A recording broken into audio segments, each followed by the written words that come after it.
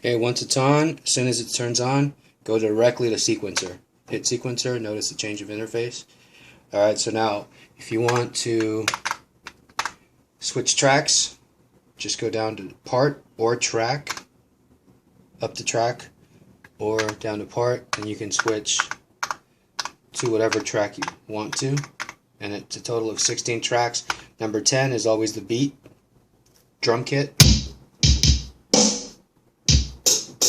hi-hats, and you'll figure it out once you start messing with it. Now if you want to go to the sound library, which is the third row down, go down, arrow key, arrow button, and then select whatever sound library you want. So there's a total of 7.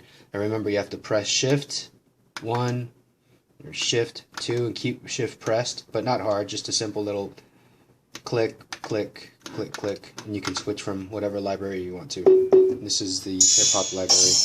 And I'm assuming it's Shift 5. Yeah, Shift 5 is the hip-hop library. And 6, Session. This is like studio ready sounds.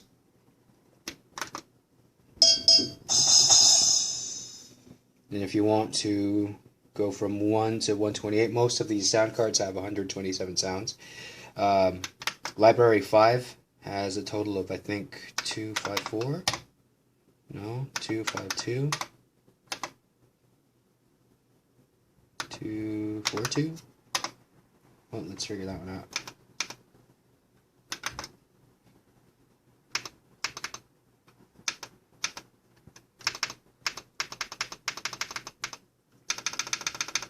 Oh, it's switching from library to library. Interesting.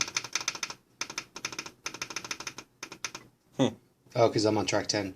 Here we go. 5. Let's see. 252. 255, 56, 256 sounds. That's library 5. And last one's percussion, toms.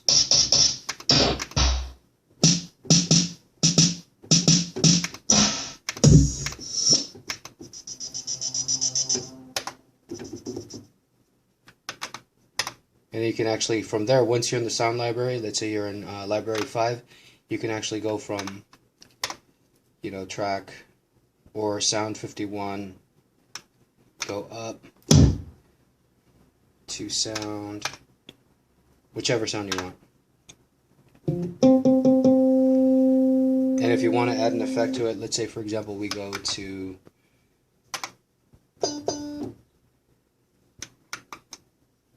that's library 7, let's go to sound 135, it's Rhodes, maybe 155.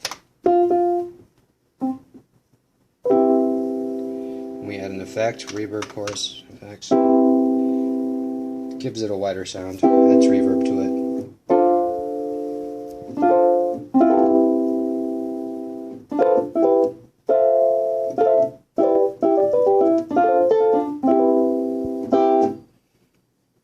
And that's pretty much it. Now if you want to, let's say for example you want to mess with the panning or sound volume of each specific track, you hit perform, because it's on sequencer now, and then go to perform, F3, get closer, focus.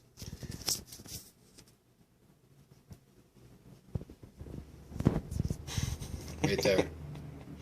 Okay, so now you can actually go with the arrow buttons. This is part level, meaning volume.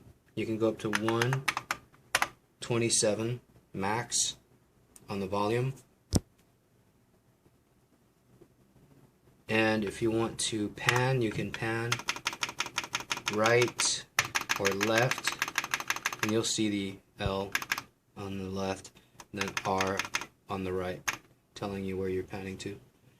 And if you want to tune a sound, which is fun, you can actually do that with the octaves, which is over here. So if you want to transpose, you just basically turn it on and then you switch. You go up an octave or down an octave. I rarely ever mess with it because I rarely ever have to. I'll turn these off. But manipulating the tune, the chorus tune, works best when you're in the drum kit.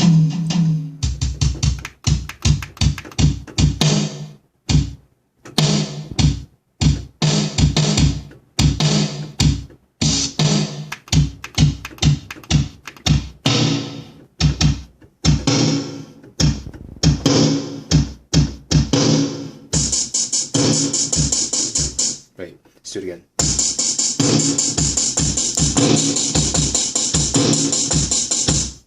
Anyway, go back to 0. You can actually go down to the number pad and hit 0, enter, and then you're back at 0. And you can do that with the volume. If you want to have the volume set to 100, same thing, just do it over here. And once you want to get out of the F3 section or the part section, go back to sequencer, and that's it. And then you go to part, whatever track you want to go to, and then just... And also remember that the more you press on the key, the more the pitch will bend. But you can also do the pitch, use the pitch bender over here.